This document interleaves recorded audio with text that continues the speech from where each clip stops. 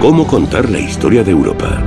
Un continente de numerosas fronteras redibujadas en múltiples ocasiones y asombrosas civilizaciones que dieron forma a la historia del mundo. Una amalgama de diversidad de ideas, tradiciones y culturas ancestrales y unos cementerios con innumerables historias que contar. Echemos un vistazo atrás en el tiempo y examinemos más de 2500 años de historia. ¿Qué fue? ¿Qué sigue siendo? ¿Y qué le depara el futuro? Europa nunca ha estado una. Es un continente de conflictos y cooperación. Su diversidad la ha hecho fuerte.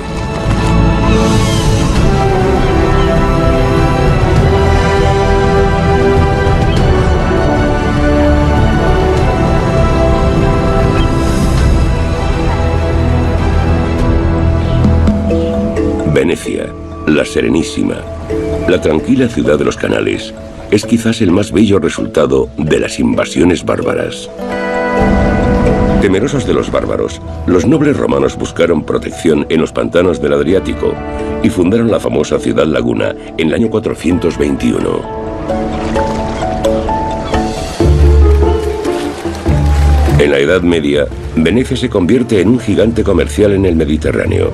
Su anual Festa sull'Acqua, fiesta sobre el agua, conmemora el antiguo poder de la República Marítima y sus líderes, los dogos. La libertad económica atrae a comerciantes de toda Europa, quienes construyen casas mercantes a lo largo del Gran Canal.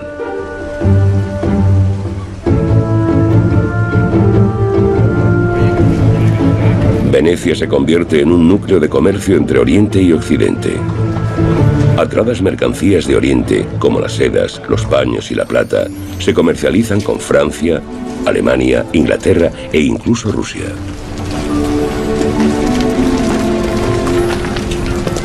Por primera vez, las papilas gustativas europeas degustan exóticas especias como la pimienta india, la nuez moscada, el ajo y la canela. Europa crece unida por el comercio. Aquí todos negocian. La fe y la cultura no importan siempre y cuando haya buenos beneficios. La combinación de densidad de población, actividad económica y comercio da lugar al capitalismo. La primera forma de capitalismo en Europa es el llamado capitalismo mercantil, con asociaciones de comerciantes que juntan su dinero para financiarse flotas. El comercio marítimo hace que los europeos descubran el mundo. Los comerciantes italianos no temen a los viajes largos o peligrosos si hay ganancia. Pero una tormenta o un ataque pirata puede arruinar su inversión.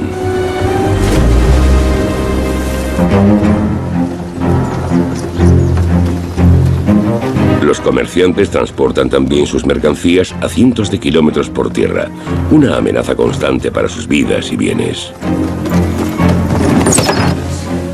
Para dejar de temer la pérdida de más dinero, los comerciantes italianos dan con un medio de pago seguro.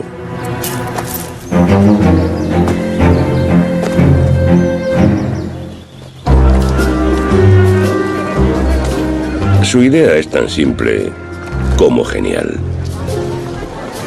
En lugar de usar monedas, introducen las llamadas letras de cambio en el mercado europeo. Los comerciantes anotan la cantidad acordada y el vendedor, solo el vendedor, puede cambiar la letra por dinero, donde quiera que se haga el negocio.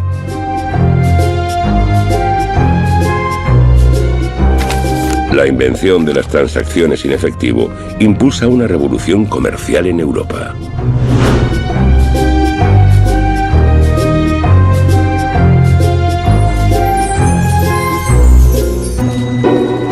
Y los italianos inventan también dónde cobrar tales letras. Los banchieri abren sus locales primero en Venecia y luego en otras ciudades del norte de Italia. No necesitan mucho, un asiento bajo el cielo abierto y un escritorio o banco, como lo llamaban en italiano. Cuando un banquero quebraba, el banco acababa roto. De ahí ese famoso término, bancarrota. Los cambistas pronto administran las cuentas de sus clientes. Con las arcas llenas, comienzan a conceder préstamos, con intereses, claro. De repente, el dinero en sí se convertía en mercancía para hacer negocios. Se convertía en capital. Los banqueros del norte de Italia son los precursores de una nueva era, los primeros capitalistas. Pero hoy en día, los bancos parecen menos modestos. En el siglo XIII, los banqueros italianos establecen las primeras entidades de crédito en Europa, desatando una dinámica imparable.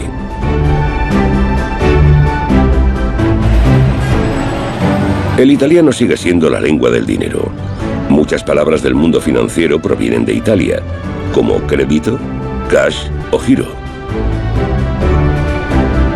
En los centros financieros, las cifras definen la vida cotidiana, algo que ahora no parece común, pero que no llegó a Europa hasta el siglo XII. El hijo de un notario de Pisa, Fibonacci, pasa su infancia en el norte de África, donde conoce los números indoarábigos. A su vuelta, no solo presenta a Europa a este sistema numérico, sino también su número cero. Hasta entonces, los europeos calculaban con números romanos, lo cual era muy complicado. Ahora, los números son mucho más cortos y es más fácil hacer los cálculos. El sistema de numeración que utilizamos hoy en día, del 1 al 9 y el 0, el sistema decimal, se remonta a la India, así que para ser exactos, debemos referirnos a ellos como números indoarábigos, aunque ciertamente fuera transmitido al mundo árabo-parlante y luego a Europa. Grandes matemáticos como Al-Khwarizmi mostraron mucho interés en este sistema decimal y de hecho matemáticos europeos como Fibonacci, quien viajó mucho por Oriente Medio y conoció a Al-Khwarizmi, tradujeron su obra al latín y la llevaron a Europa. Florencia se convierte en la cuna del capitalismo. Poderosas familias bancarias viven aquí.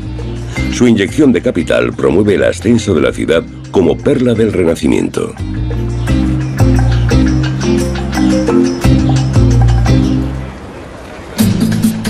En el siglo XIV, los Bardi y los Perucci son los inversores más ricos de todos. Tanto es así que hasta los reyes les piden dinero para financiar sus cortes o guerras. Y los astutos banqueros aprovechan su poder para influir en la política.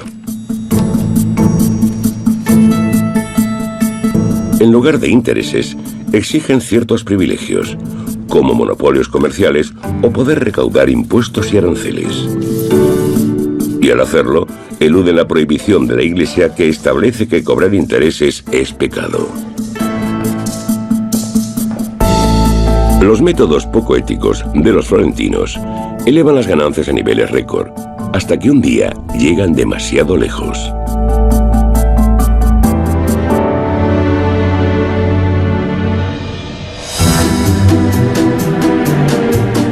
Han logrado que incluso el Papa sea cliente suyo. En el siglo XIV, las familias Bardi y Perucci comienzan a recaudar impuestos para él, y el Papa les ordena que transfieran las donaciones desde Inglaterra a su palacio en Aviñón. Y como no, los banqueros encuentran un modo de beneficiarse de tal tarea. En lugar de transportar paquetes de dinero a Francia, el Papa recibe un cheque, mientras que los florentinos siguen trabajando con su dinero en Inglaterra. Ahí es donde entra el rey de Inglaterra. Eduardo III necesita una gran suma para librar una guerra contra Francia. Se la pide prestada a los italianos, pero necesita cada vez más y al final es incapaz de afrontar su deuda. Las operaciones financieras se desmoronan como un castillo de naipes. Es la primera crisis bancaria de la historia. Y el patrón se repite. La última vez en otoño de 2008. Los precios de las acciones caen en picado en todo el mundo. ¿La razón? La especulación bancaria con préstamos inmobiliarios de riesgo en Estados Unidos. Entonces estalla la burbuja inmobiliaria. Lehman Brothers se declara en quiebra, arrastrando a otros bancos al abismo. Los pequeños inversores son abandonados y los bancos europeos rescatados. En la Edad Media, los Bardi y los Perucci se ven obligados a huir de Florencia, pero tras un tiempo se les permite regresar a cambio de una pequeña suma.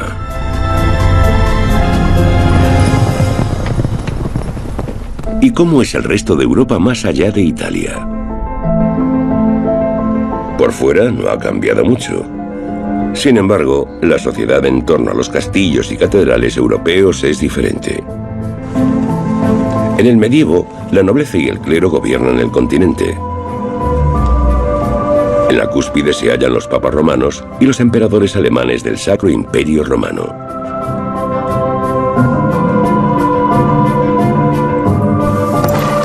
El 80% de los europeos vive en zonas rurales. Desde el comienzo del primer milenio, se han beneficiado de un clima templado. Y experimentan también una pequeña revolución.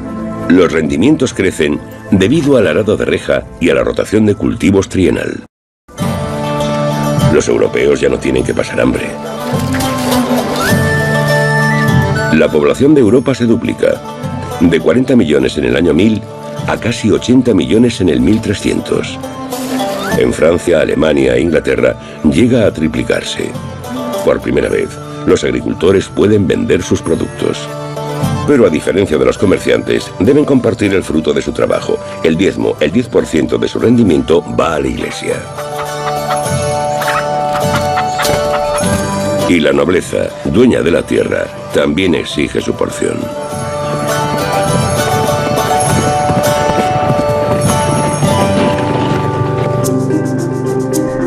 Cada vez más europeos se mudan a la ciudad para huir de la opresión y la condescendencia y buscar nuevas oportunidades.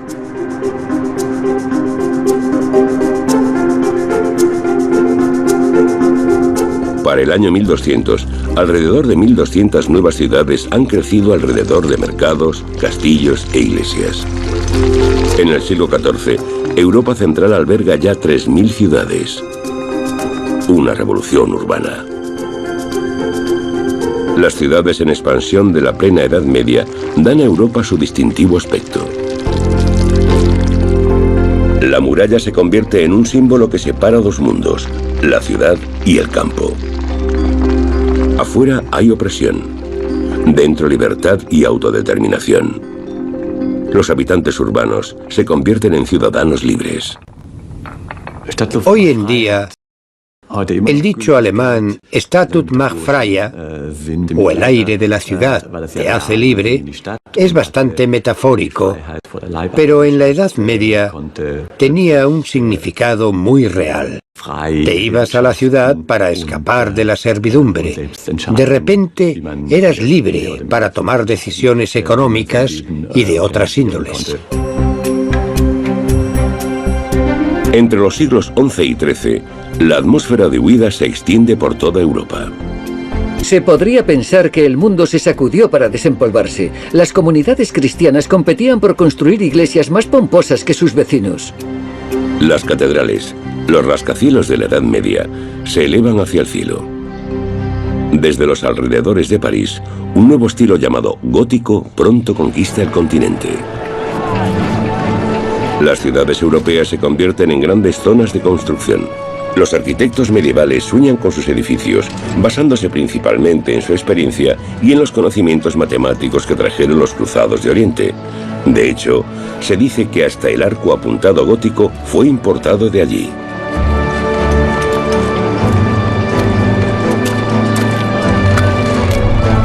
Los gremios de la construcción son un proyecto europeo.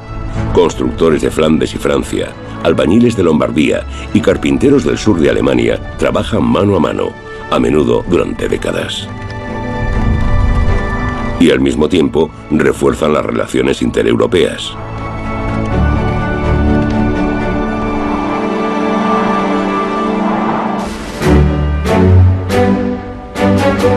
Hasta ahora han trabajado para obispos, reyes y emperadores. Pero en Lübeck, unos ricos ciudadanos encargan construcción de la iglesia de Santa María. El techo abovedado de ladrillo más alto del mundo simboliza el poder de una nueva clase que comienza a desempeñar un papel destacado en Europa: los comerciantes. Su poder no está determinado por su nacimiento o por una misión divina, sino por el capital y las buenas conexiones, una revolución social en la Edad Media.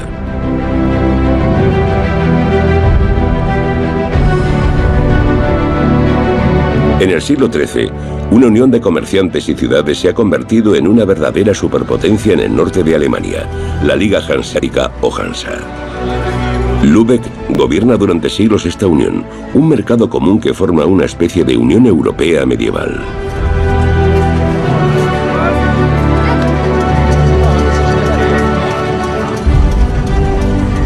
Los comerciantes ignoran las fronteras políticas y actúan de acuerdo a reglas y valores compartidos. Los comerciantes hanseáticos no son burócratas. Los llaman homines duri, hombres duros. Desde los puertos bálticos conquistan el noreste de Europa con el arenque, la cerveza y las telas finas.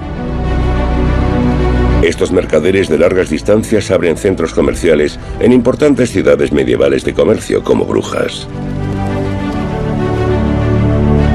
Las transacciones financieras se realizan en el hogar de la familia Van der Burse, la primera bolsa de valores del mundo. Los hanseáticos cuentan también con un puesto de avanzada en el norte, en Bergen, Noruega. Aquí es donde el pescado seco, muy popular en el sur de Europa, se intercambia por sal y cereales. Los comerciantes se mantienen al tanto de todo con una meticulosa contabilidad adaptada de Italia. Desde la rusa Novgorod, desarrollan económicamente el extremo noreste de Europa. Las pieles contribuyen a mantener las relaciones europeas aquí. En el siglo XIV, más de 200 ciudades de 20 de los estados actuales conforman la red comercial europea de los hanseáticos.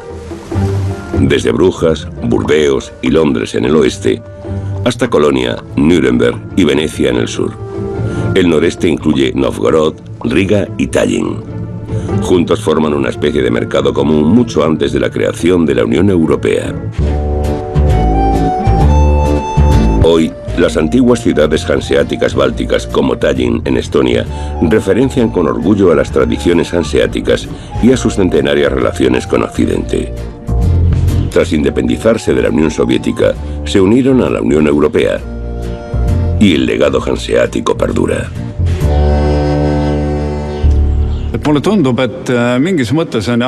La Liga Hanseática y la Unión Europea son totalmente comparables. En este sentido, Estonia es un gran ejemplo. Se encuentra entre Oriente y Occidente, lo que significa que es y ha sido siempre una importante ruta comercial. Ahora representamos la frontera oriental de la Unión Europea y por eso volvemos a desempeñar un papel crucial. La economía ha unido a Europa durante siglos y ayuda a eliminar las barreras. En la plena Edad Media, el comercio reaviva las relaciones europeas.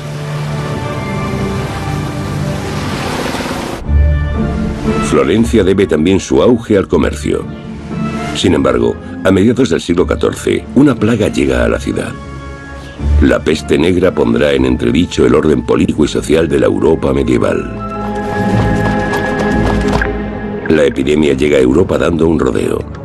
Guerreros esteparios la llevan desde Asia hasta el Mar Negro. Y con los barcos mercantes italianos, llega a Europa en 1347.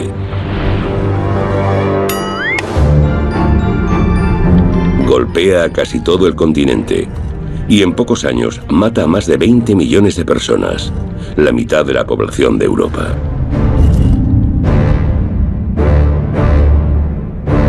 En ningún otro lugar afecta más la peste negra a la vida y la cultura. El célebre poeta Giovanni Boccaccio de Florencia es testigo del horror.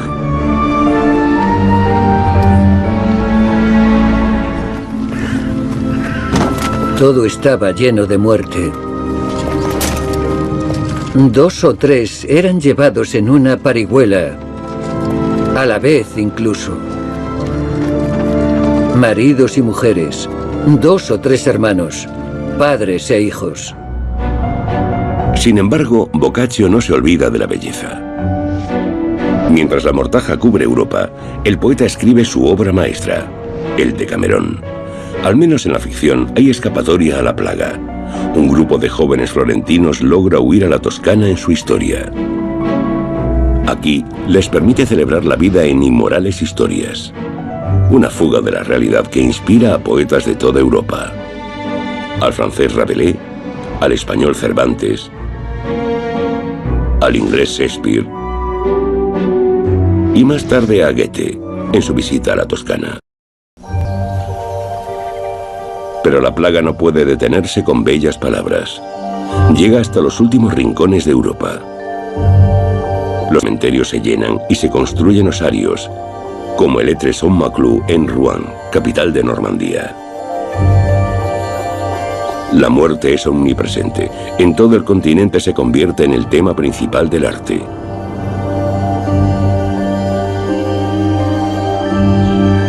Otro rastro lleva a Tallinn, Estonia. La iglesia se halla impotente y la gente duda de su fe. Antes de la peste, creían que los buenos iban al cielo y solo los malos debían temer al purgatorio. Pero ahora hay un infierno en la tierra para todos, reyes, clérigos, campesinos o ciudadanos. La muerte negra no distingue entre clases y barre todas las jerarquías. Lo que queda es la esperanza por la otra vida.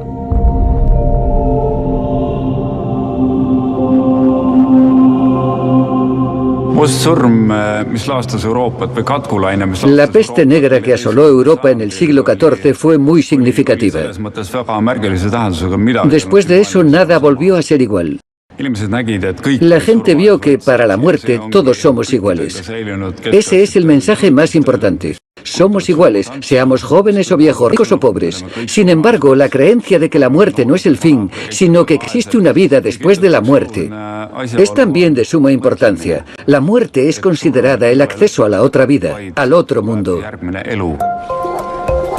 Creer en la vida después de la muerte ha influido en ciudades europeas como Varsovia. Desde la Edad Media, los cementerios han ocupado el corazón de las mismas. Ya no estamos tan distanciados de la muerte.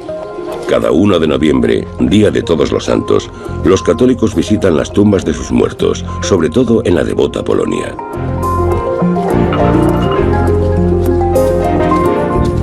Con velas, alumbran un rayo de esperanza para la vida eterna. Quizás su arraigada fe responda a que Polonia se salvó en gran medida de la peste negra.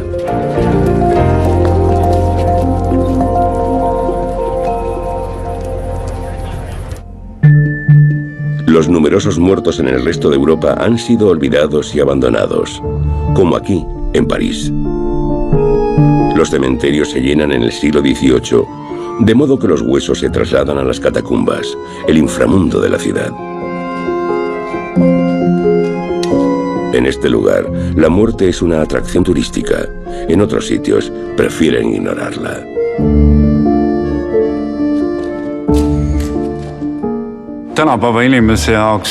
Hoy el tema de la muerte es casi tabú. Lo evitamos. Vivimos en este mundo como si no existiera la muerte. Vivimos y consumimos sin pensar en ella, hasta que llega la muerte y nos lleva.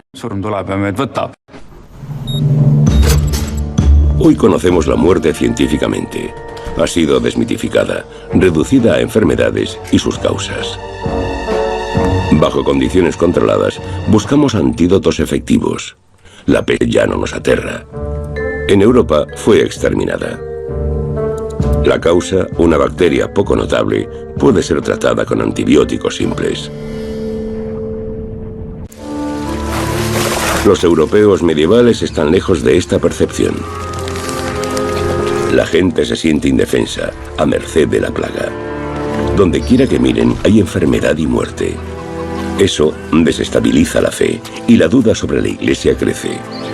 Como Dios no da respuestas, la sociedad busca un chivo expiatorio. La Iglesia no puede ofrecer protección, pero pronto encuentra un culpable, los judíos. Los sermones del sacerdote se llenan de odio. ¿No habían sido ellos quienes clavaron a Jesús en la cruz? pues ahora los acusan de haber envenenado los pozos, una absurda afirmación. Los ciudadanos se convierten en asesinos en toda Europa Central, y los judíos son cazados, desterrados y eliminados por la superstición. Y por dinero. Muchos cristianos en deuda con comerciantes judíos los acusan de especulación. La peste negra es la excusa perfecta para deshacerse de los judíos.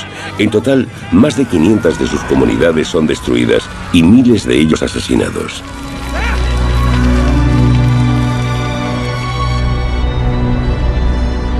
En el año 1349, los judíos son también expulsados de Nuremberg. Su sinagoga da el espacio para la iglesia de Nuestra Señora. Hoy, solo una estrella de David recuerda la casa judía de Dios.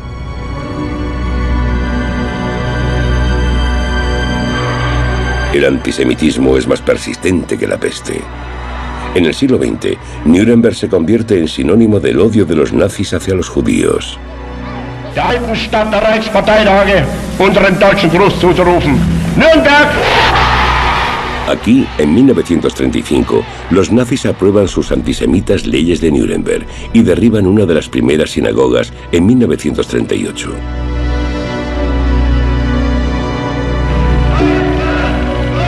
Los pogromos en el Tercer Reich comienzan con embustes y estigmas en la vida cotidiana. Los carteles con consignas antijudías son un presagio de las políticas que finalmente conducen a los campos de concentración. Los nazis comparan a los judíos con las ratas. Una completa deshumanización, ya no en el medievo, sino a mediados del siglo XX.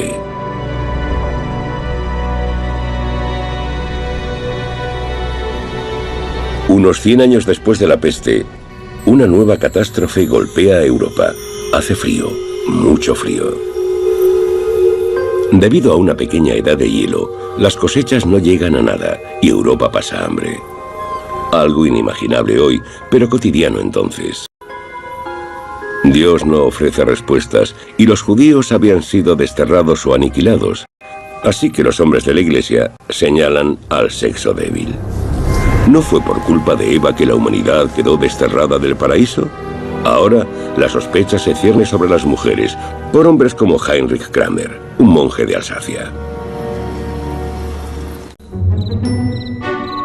A mediados del siglo XV, Alsacia se convierte en el centro de esta caza de brujas.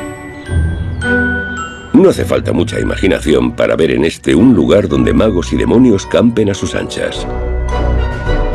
Hasta el día de hoy, hallamos las casas de las brujas en estos idílicos pueblos.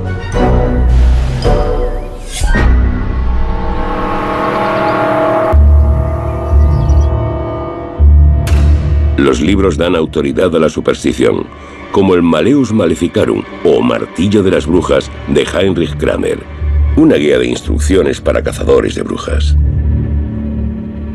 La caza de brujas se produce en la época de la pequeña edad de hielo. El clima cambia, es muy frío, arrasa con las cosechas y el ganado y causa enfermedades y epidemias. Esa es una de las razones por las que los poderosos de la época buscan chivos expiatorios. Eso seguimos viéndolo actualmente. Se culpa a un chivo expiatorio en vez de asumir responsabilidades para entender las cosas, para hallar una salida, para sobrevivir. La caza de brujas comienza en la Baja Edad Media, pero alcanza su punto máximo más tarde. La superstición se mantiene hasta la era de la Ilustración. Alrededor de 50.000 mujeres son víctimas de ella.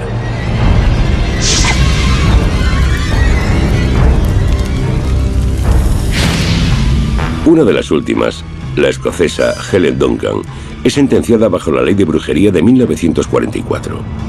La pitonisa aterra a las autoridades, pues es conocedora de secretos militares, y todo ello poco antes del día D.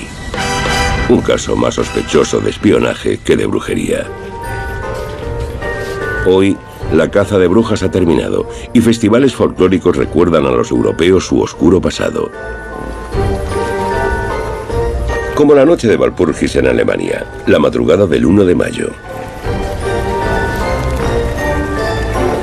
Pero vemos costumbres similares en toda Europa. Los espíritus malignos solo se queman simbólicamente y son desterrados con música rock.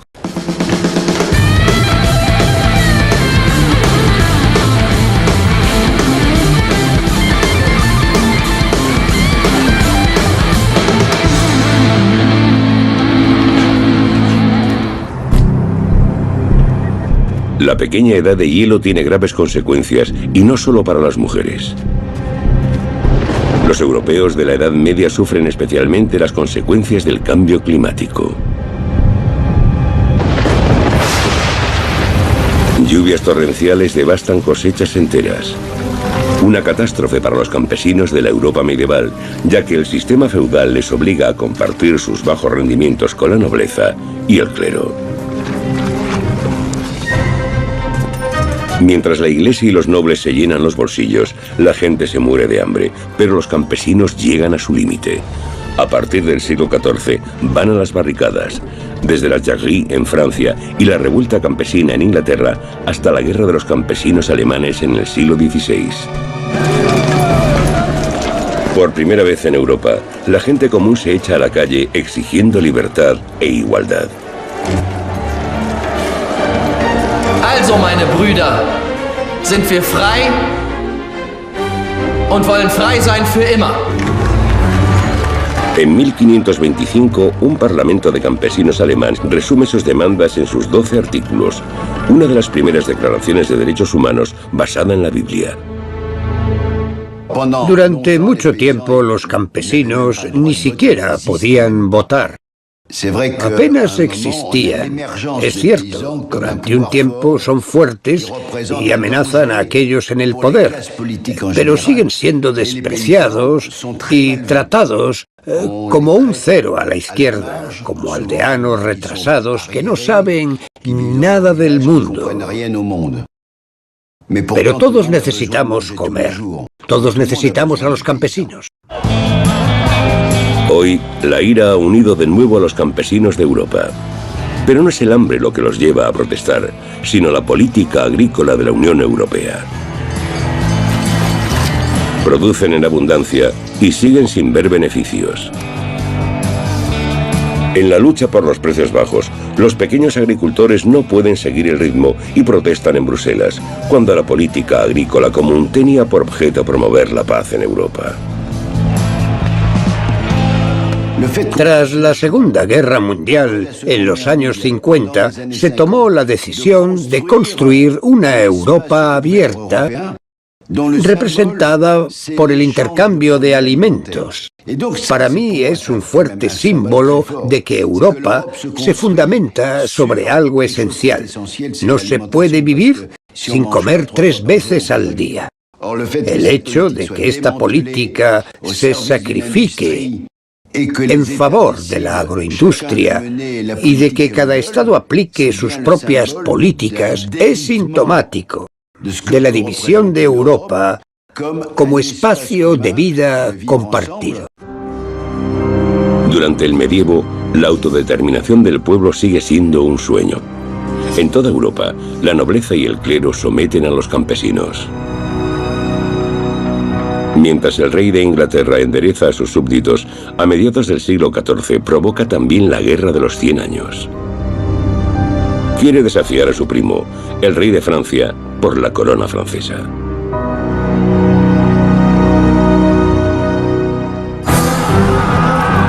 La guerra permite a la gente olvidar sus conflictos internos. En el campo de batalla, las diferencias de estatus desaparecen. El enemigo común los une. En la Guerra de los 100 años, ingleses y franceses desarrollan por primera vez una identidad nacional. Son naciones forjadas con sangre y hierro. Un ejemplo que se impone en Europa.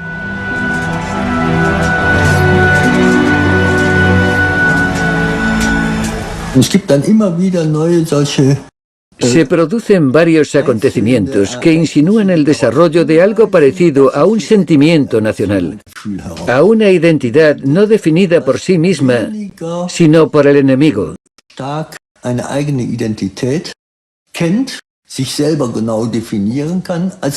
Fue como si dijeran, esto es Francia, ¿qué hacen aquí los ingleses? Cada nación tiene sus héroes, y eso ya se veía en la Francia medieval. Lo más sorprendente es que el icono nacional francés sería una mujer. Nació en 1412, en esta granja de Lorena. Su nombre, Jeanne d'Arc, o Juana de Arco. Juana está convencida de que su destino es expulsar a los ingleses de Francia de una vez por todas. Tiene visiones, piensa que actúa en nombre de Dios. Pero debe llevar cuidado. Una mujer que oye voces puede ser tratada como una bruja.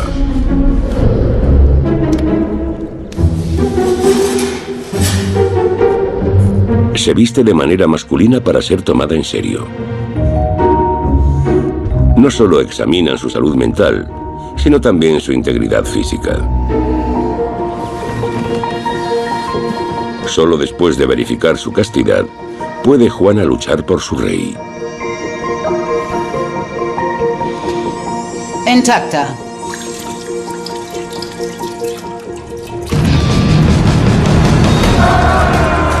El 8 de mayo de 1429, Juana combate en Orleans, el bastión más importante contra los británicos. Bajo su liderazgo, los franceses liberan la ciudad de los ingleses. Nace entonces una heroína francesa, la doncella de Orleans.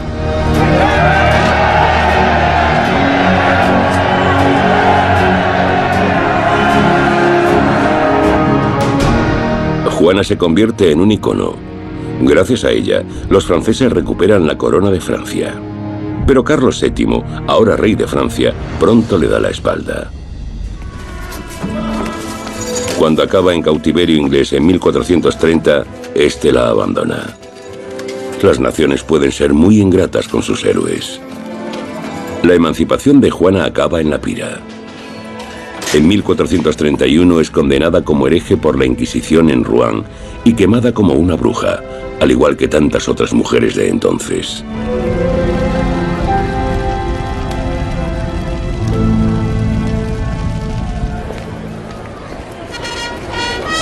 En la era moderna, los franceses redescubren a Juana como santa nacional.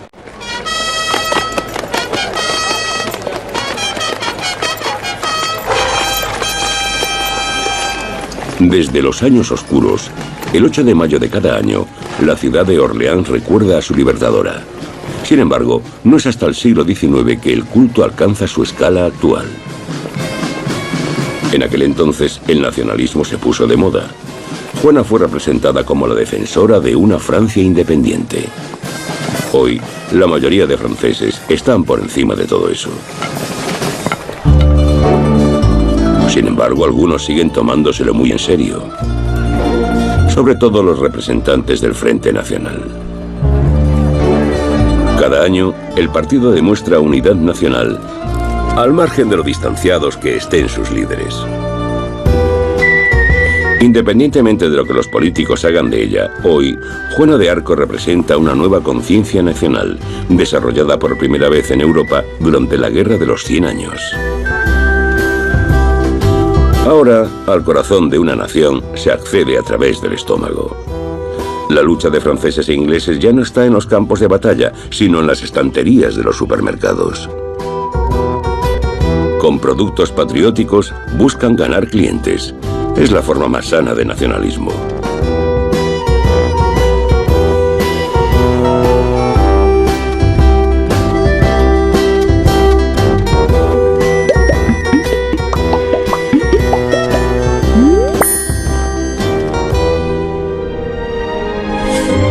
A principios del siglo XVI, la luz del conocimiento va ganando aceptación en Europa. ¿Qué lugar ocupa realmente el Sol en el universo? Esa es la incógnita que no deja dormir al canónigo de Frauenburg o Framborg por la noche. Nicolás Copérnico, quien hace de la ciudad en la actual periferia de Polonia el centro de la astronomía europea. Con los métodos más sencillos, Copérnico descubre los secretos del firmamento. En lugar de un telescopio, utiliza el llamado triquetrum.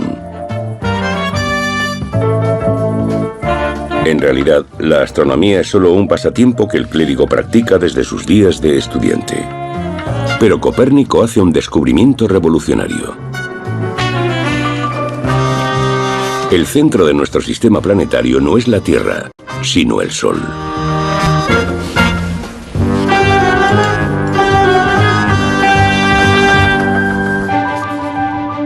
Primero, la revolución copernicana se produce en privado.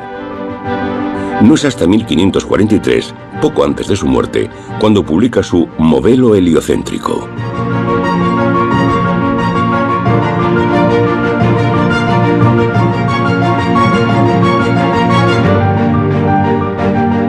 El reformista protestante Martín Lutero tacha de necio a Copérnico.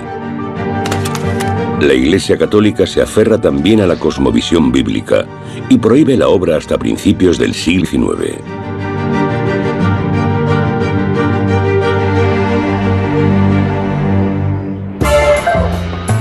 Ahora, hasta representantes del Vaticano osan mirar a las estrellas. De hecho, existen astrónomos papales, como el padre Juan Casanovas, un religioso amante de las estrellas, quien explica la aceptación tardía de la Iglesia como una falta de interés. Esa es mi opinión. Muchos filósofos clericales no estaban interesados en las leyes celestiales. La cuestión de si era el Sol el que giraba o la Tierra simplemente no les interesaba. 7, 6, 5, 4, 3, 2,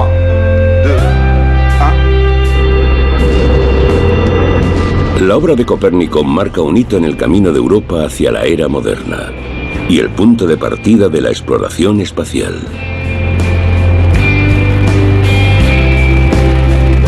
La Agencia Espacial Europea nombró un satélite en su honor. Copérnico no mira al cielo, sino al planeta azul, como los astronautas. Una nueva perspectiva.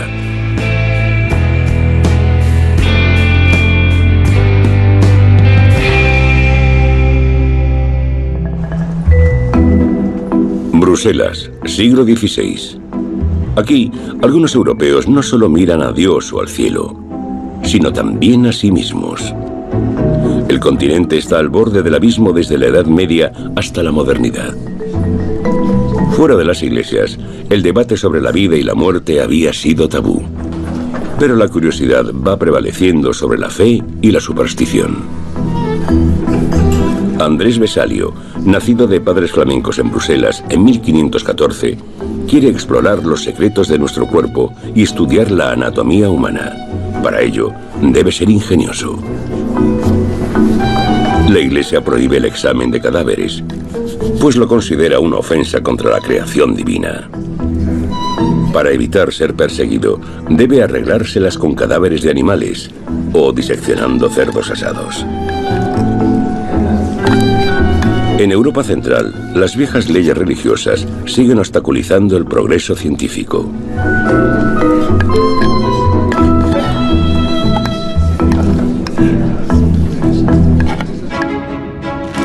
Por el contrario, el sur se convierte en un brillante ejemplo. El Renacimiento, la renovación de Europa, comienza en Italia, donde primero se extendió la peste. En una pequeña área, reinos, ducados y repúblicas compiten por el poder y el prestigio. Su competencia estimula los negocios, pero también el arte y la ciencia en el norte de Italia. La competencia entre ciudades siempre ha sido uno de los principales motores de su desarrollo, ya que cada ciudad mira a sus vecinas y trata de superarlas. Fue así en la antigüedad, en la Edad Media y sigue siendo así ahora.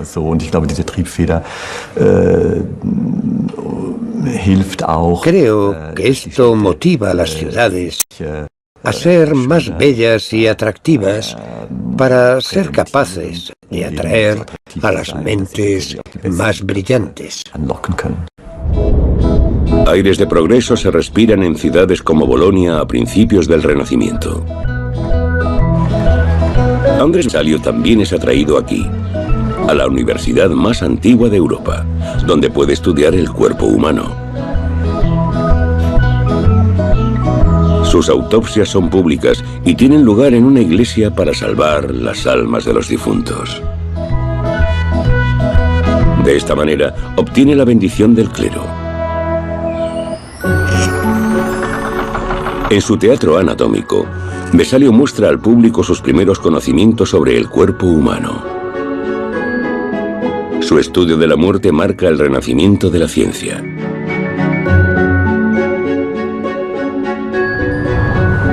Vesalio publica sus hallazgos en el primer libro de anatomía del mundo. Sus detallados dibujos son la base de la medicina moderna.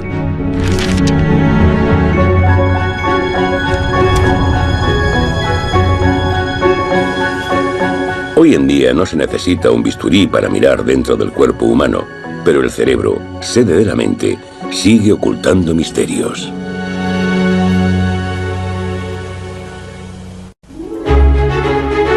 Todo comenzó aquí, en Florencia, la cuna de la Europa moderna, lugar de origen del Renacimiento y de sus más destacados representantes.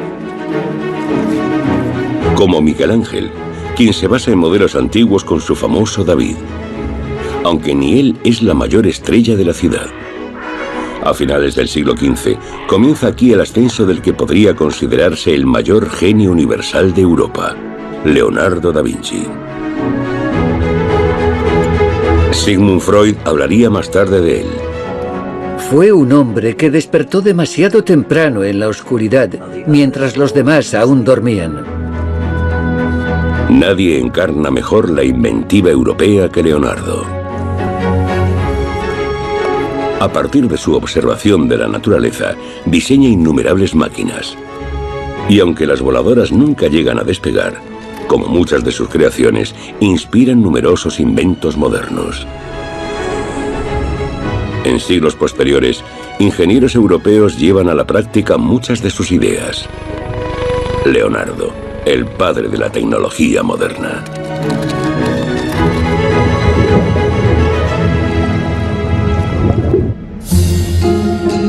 Pero a Leonardo le interesa también la anatomía humana.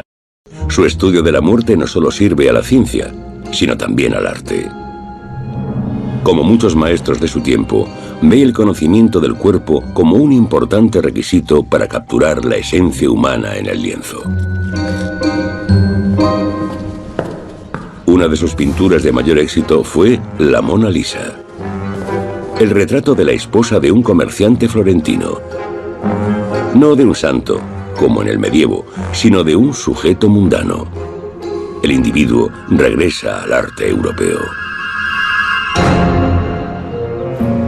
Con Leonardo, el Renacimiento llega por fin a Francia. Por invitación del rey francés Francisco I, pasa los últimos años de su vida en el Valle del Loira. En Chambord, deja su huella con el diseño de una escalera de caracol en el centro del castillo. Sin embargo, Francia debe su ascenso al centro del arte europeo a otra obra maestra, la Mona Lisa.